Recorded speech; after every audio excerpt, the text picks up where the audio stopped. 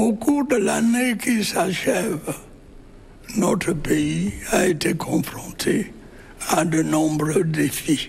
Le 31 décembre 2023, tel un phare guidant la nation, le président de la République s'est adressé à son peuple. Au cours de son discours, le chef de l'État a sondé des sujets brûlants tels que l'électricité, l'eau, l'éducation, les produits pétroliers et les détournements de fonds. Tel un refrain immuable, le chef de l'État a maintenu le cap de ses discours passés. L'année 2023 s'achève sur une profonde inquiétude. Le Cameroun, qui n'est plus gouverné depuis longtemps déjà, est entré dans une phase de délitement. De manière similaire, tel un critique implacable face à une toile défraîchie, Maurice Kamto, président du principal parti d'opposition au Cameroun, le MRC, a réagi au discours présidentiel en dressant une fresque critique des 12 derniers mois sous le régime actuel. Dans cette chronique, plongeons dans le tumulte de ces deux discours diamétralement opposés pour en saisir toute la portée et les implications. En 2023, sur l'échiquier international, le président Paul Biya a qualifié l'année de difficile, caractérisée par une conjoncture instable. Les tourments de la guerre en Ukraine ont laissé leur empreinte sur l'économie mondiale, tout comme les répercussions persistantes du Covid-19. La guerre israélo-palestinienne est venue s'ajouter à ce tableau chaotique, entravant ainsi les aspirations du Cameroun à trouver un équilibre. Bienvenue. Cette situation, comme il fallait s'y attendre, a eu des répercussions négatives sur notre pays. Elle a entraîné une augmentation généralisée des prix des produits de grande consommation et par conséquent du coût de la vie.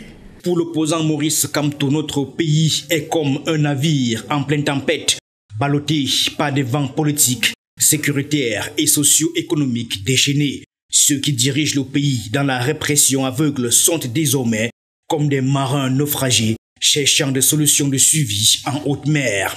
Après 41 ans de dérive, il semble que le commandant du navire Cameroun ait déserté le pont, laissant les factions se disputer le contrôle du gouvernail.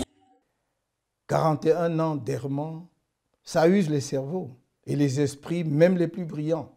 Tout montre qu'il n'y a plus un commandant à bord du navire Cameroun et que seules des factions se servent des leviers de l'État au service de leurs propres ambitions. Chacun peut le constater. Pas un seul Conseil des ministres depuis bientôt 5 ans. Dans son allocution, Paul Biya évoque la concrétisation des multiples projets, une véritable symphonie d'initiatives lancées dans divers domaines pour répondre aux aspirations des populations et améliorer leur qualité de vie. Il affirme que le projet d'alimentation en eau potable de la ville de Yaoundé et de ses environs, à partir du fleuve Sanaga, est sur le point d'atteindre son terme. Sans mise en service imminente, sera comme une gorgée d'eau fraîche, apaisant substantiellement la soif de la ville de Yaoundé.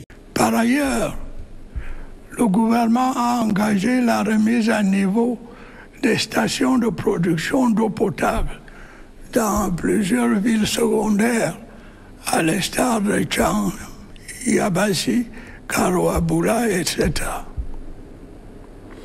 Les efforts nécessaires continueront d'être faits. Dans son discours, le chef de l'État évoque également la lumière des progrès réalisés dans le secteur de l'électricité, une lueur d'espoir pour résoudre le déficit énergétique du pays. Selon le président Paul Biya, environ 44 000 panneaux solaires couvrent 40% des besoins en électricité de nos 3 régions septentrionales. Le barrage de Naktigal, d'une capacité de 420 MW, sera mis en service dans quelques jours. L'usine des pieds du barrage hydroélectrique de Lompanga sera également opérationnelle en 2024. C'est clair que le Cameroun, ce pays d'Afrique centrale riche en ressources naturelles, est doté d'un potentiel économique prometteur. Mais il est confronté à un triste constat, celui des chantiers inachevés. Malgré les discours ambitieux et les promesses de développement du chef de l'État, Paul Biya, les infrastructures tant attendues se transforment généralement en vestiges abandonnés, témoignant de l'incompétence et de la corruption qui gangrènent le pays. Le pouvoir en place est désemparé face aux caisses publiques vides et à une dette publique de plus en plus insoutenable parce que l'argent emprunté à un taux d'intérêt de plus en plus élevé est dilapidé dans la gabegie, absorbé par les détournements pathologiques des fonds publics et des investissements défiant le bon sens. En 2001, lors du deuxième congrès extraordinaire du Rassemblement démocratique du peuple camerounais, le président Paul Biya déclarait que tant que les Camerounais ne pourraient pas satisfaire leurs besoins essentiels tels que la nourriture, l'éducation et les soins de santé, sa mission ne serait pas accomplie. Cette déclaration renouvelée dans son traditionnel discours de fin d'année 2023 semblait annoncer un nouvel élan pour le pays, une volonté de construire un Cameroun prospère où chaque citoyen aurait sa place. Je sais à quel point les coupures récurrentes d'eau et d'électricité impactent votre quotidien et perturbent vos activités. J'ai pu vous assurer que le gouvernement ne ménage aucun effort pour améliorer la situation dans ces secteurs névralgiques. Cependant, les grandes ambitions affichées par le président Paul Biya se sont rapidement transformées en grandes désillusions. Les chantiers lancés, censés être les symboles de réalisation nationale, se sont transformés en véritables cimetières de béton. Les barrages hydroélectriques, les ports en eau profonde, les autoroutes et les infrastructures sportives sont restées à l'état d'ébauche, abandonnées avant même d'avoir pu voir le jour. Délabrement généralisé des infrastructures routières à travers le pays, ainsi que du paysage urbain, accentué par le non-ramassage des ordures ménagères, notamment dans la capitale politique, Yaoundé, et la capitale économique, Douala. Le président Paul Biya voit fleurir l'éclosion de plus de 700 km de routes, telles des promesses concrètes, tissant un réseau d'espoir à travers le territoire national. Pendant ce temps, il annonce l'année 2024 comme le début d'un nouveau voyage avec la construction prévue de nouvelles sections autoroutières comme des chapitres inédits dans le livre de l'avenir. Les projets autoroutiers ne seront pas en reste au cours de l'année qui s'annonce, avec notamment le démarrage de la construction de la section urbaine de l'autoroute Yaoundé-Simalène et celui de la phase 2 de l'autoroute Yaoundé-Douala. Pourtant, force est de reconnaître que depuis son lancement en 2013, l'autoroute Yaoundé-Douala a connu de nombreux retards et obstacles qui ont entravé sa progression. Sur les 198 km prévus, seule une partie du tronçon reliant Yaoundé à Bibodi, 62 km, a été ouverte à la circulation le 31 décembre 2021. Après 7 ans de travaux, la phase 2 qui devrait relier Bibodi à Douala sur une distance de 136 km reste inaccessible. Ce pouvoir incompétent, qui choisit toujours les solutions de facilité, n'a pas trouvé mieux que de construire à coups de milliards des péages sur des routes inexistantes, alors qu'ailleurs, les péages font partie des infrastructures normales d'accompagnement des autoroutes. Le président Paul Biya poursuit son discours en déclarant que pour maintenir les prix du carburant à un niveau inférieur à celui des pays voisins, l'État doit généreusement subventionner les importations des produits pétroliers, telle une main bienveillante protégeant les citoyens des tempêtes financières.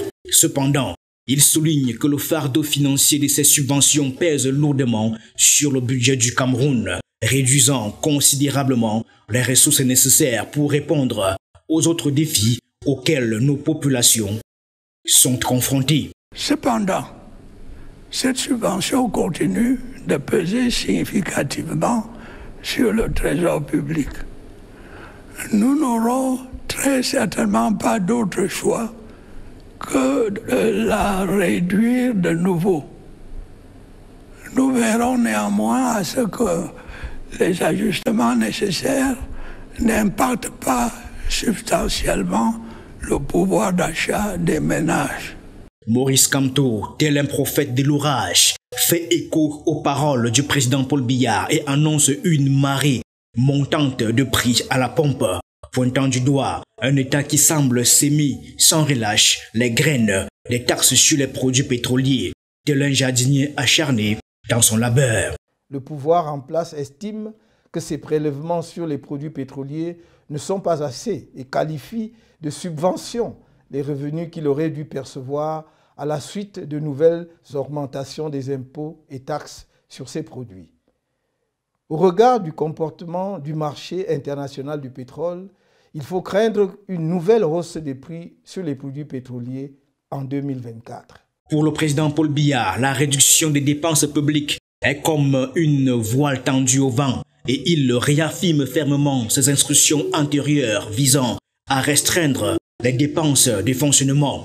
Il souligne que la lutte contre la corruption et les détournements des fonds publics est un impératif clair pour préserver les ressources publiques, tel un gardien protégeant son trésor des pillards, et qu'elle sera intensifiée notablement dans l'année à venir. La lutte contre la corruption et les détournements de deniers publics est très clairement un impératif pour la préservation des ressources publiques. Elle va connaître une intensification notable au cours de l'année qui s'annonce. On sait qu'au Cameroun, les caisses de l'État sont vidées à un rythme alarmant, laissant la population dans le désarroi.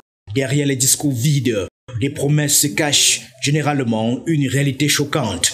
Des milliards de francs CFA détournés pour des intérêts personnels. Les chiffres parlent d'eux-mêmes pour l'année 2023. 19 milliards de francs CFA pour le siège fastueux de l'ART. Environ 156 millions de francs CFA pour seulement 22 ordinateurs à la Sonara. Et que dire des 2 milliards de francs CFA dépensés pour une étude sur le programme spatial du Cameroun, ou encore de près de 1,8 milliard de francs CFA alloués à la résidence luxueuse du président du Conseil économique et social, et bien d'autres encore. Ces sommes astronomiques démontrent sans équivoque comment l'argent du contribuable est détourné à des fins personnelles. Pendant ce temps, les enseignants se battent pour des salaires décents. Les hôpitaux manquent cruellement d'oxygène et les routes se dégradent. Voilà autant d'éléments qui alimentent la colère sourde qui travaille la société camerounaise, dont la misère de plus en plus importante du plus grand nombre contraste violemment avec l'abondance, le luxe et les mondanités qu'une poignée de personnes, sans compassion ni éthique, leur jette au visage avec le plus grand mépris. Les conséquences de cette situation sont dramatiques pour le pays et ses habitants. Les infrastructures indispensables au développement économique et social font cruellement défaut. Les Camerounais continuent de souffrir de la pauvreté, de l'insuffisance des services publics et de l'inaccessibilité aux soins de santé. L'éducation, pilier fondamental d'une société épanouie, est également sacrifiée sur l'autel des promesses non tenues et des chantiers inachevés. Il suffit de voir avec quelle arrogance le gouvernement a géré le scandale économique et financier des lignes 94 et 65 du budget de l'État, ainsi que la décoration des acteurs des scandales de la CAN 2019-2022 et de la Covid-19 pour mesurer son dédain pour le peuple camerounais. Depuis son éclatement fin 2016, la crise anglophone au Cameroun continue de s'aimer la terreur et la désolation. L'honorable Jean-Michel Nitieux, lors d'une déclaration poignante à l'Assemblée nationale, a révélé un bilan alarmant. Plus de 6 000 morts sont à déplorer. Cette situation tragique soulève des questions sur la volonté du gouvernement de résoudre ce conflit et de trouver une paix durable. La situation dans les régions du nord-ouest, du sud-ouest et de l'extrême nord s'est significativement améliorée. Elle permet désormais la mise en œuvre sereine des plans de reconstruction et de développement des dites régions. Outre le nombre effroyable de vies perdues, la crise anglophone a également engendré d'autres conséquences dévastatrices. Environ 600 000 enfants ont été privés d'accès à l'éducation, compromettant ainsi leur avenir et celui du pays. De plus de 800 000 personnes ont été contraintes de quitter leur foyer, fuyant les violences et les affrontements qui sévissent dans les régions anglophones. D'importants efforts restent encore à fournir pour soulager ces populations en grande détresse. L'insécurité a gagné les villes et les villages et même les voies de communication, en particulier les principaux axes routiers du pays.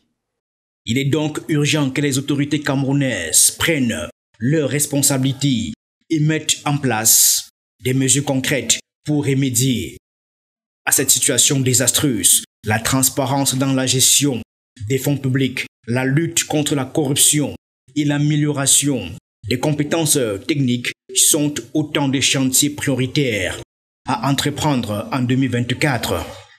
Autant je suis soucieux de voir les enseignants bénéficier des conditions appropriées pour l'exercice de leur noble métier, autant je suis intransigeant pour le respect du droit à l'éducation de notre jeunesse. Des mesures fermes vont à cet égard être prises pour veiller à ce que nos enfants ne se retrouvent pas victimes d'une éducation au rabais.